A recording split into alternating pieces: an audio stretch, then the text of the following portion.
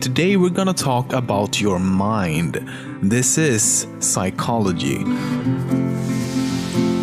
How many friends can you have? Or more specifically, is there a limit to the number of people that you can maintain a stable social relationship with? These are relationships where you know who the person is and you know how each person relates to every other person in the group.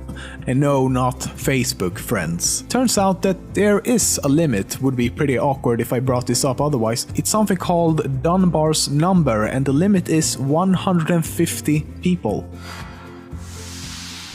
Ever wondered why? Why do you want things? Why do you do things? Why do you feel the way you do about certain things? Why do you keep on living? Turns out that psychology more or less has the answer to all of these questions. Enter the world of dopamine. Dopamine was discovered in Sweden in 1958 and is created in various parts of our brains. It's critical in all sorts of brain functions such as thinking, moving, sleeping, mood, attention, motivation, seeking, and reward. Basically, in its simplest form, dopamine is a want system.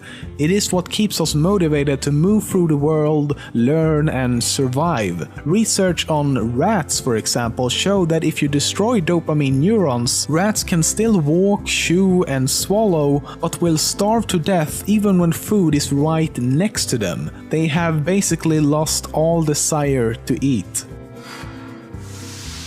Take this example, you're walking through a public square, you're looking around and suddenly see a friend in the crowd. The friend recognizes you, but even though you for a moment is looking right at him, you do not recognize him. Only when your friend stops and says hello, do you realize you just looked right at him and somehow you still missed it. This is because you can only think of one thing at a time.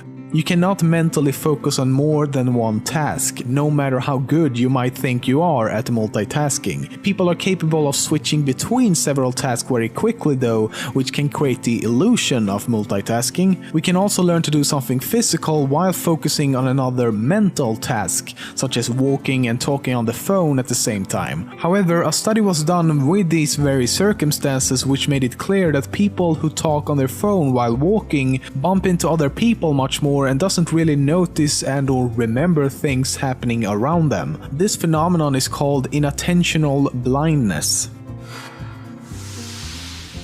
If I asked you to draw an object, any object at all, what perspective would you draw that object in? From above, from the side, from below?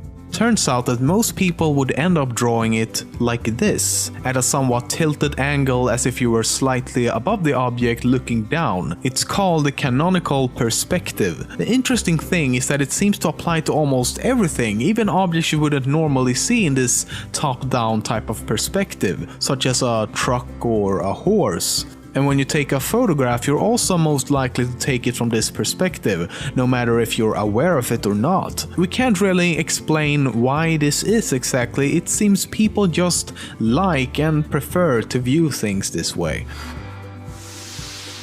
Some of you watching this might see yourself as a quite logical, self-aware type of person. I know I do, so when you make a somewhat larger decision, you carefully think it through and consider everything before making up your mind.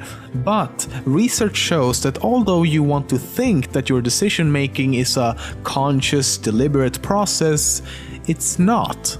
For example, let's say you want to buy a new TV. You consider the size of the TV that works best in your room, the range of TV brands you're willing to buy from, price versus quality, whether you should get a Blu-ray player, and so on and so on. But the things that has the biggest impact on what TV you end up buying happens unconsciously. Things such as what are most other people buying, or am I the type of person who always has the newest technology, or am I more known to go for shock value like getting a 120-inch TV. This is why we can sometimes feel like we know what is the right thing to do, as in trusting your gut, because unconsciously you've already made up your mind.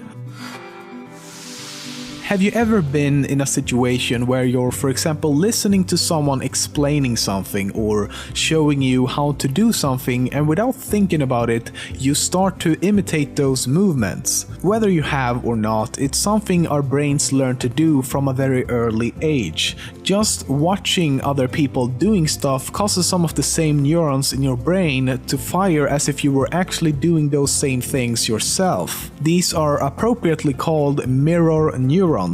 Mirror neurons. Mirror. The same thing happens with empathy. When you try to empathize with someone, we are literally experience what others are feeling through these mirror neurons. Mirror.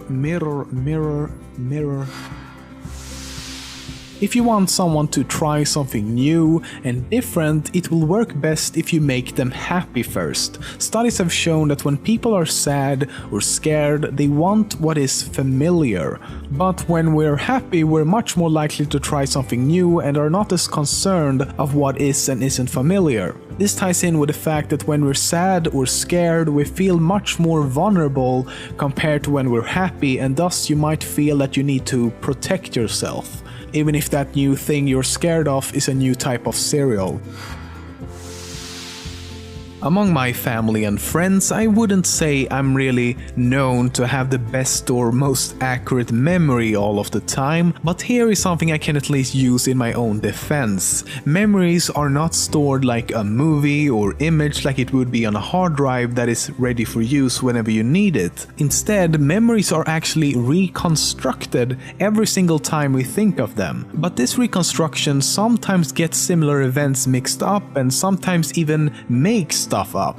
For example, imagine this: if you spend time with the same friend at school almost every day, when you remember something from a day where he wasn't actually there, the reconstructed memory might think he was because he usually is. To you, that memory makes total sense and it will seem just as real as the original event. So in a sense, your brain reconstructs the memory you're trying to remember in the way it thinks would be most logical, but not necessarily the most accurate. This is why the testimony of eyewitnesses at crime scenes can many times differ greatly.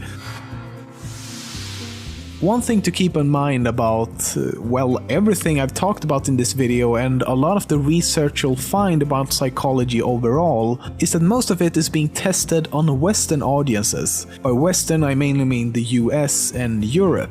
Why this matters is because another study showed that the way we think is different depending on what culture we come from. It showed, for example, that when presenting different images to people around the world, people from Asia focused on the surroundings and the things in the backgrounds, while people from the West focused on the main or dominant foreground object. And looking at the brain patterns while performing several of these tests revealed that our way of thinking is very different in many ways. The point is that the study revealed that not only are our cultures different, but because of our culture we also think differently.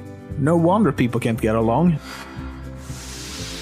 Called progressive disclosure. This is a fancy term that is used in the field of psychology to refer to providing information in increasing chunks of size and complexity. We can only process a small amount of information at a time, and thus we actually prefer when, for example, text is divided into paragraphs compared to just a wall of text.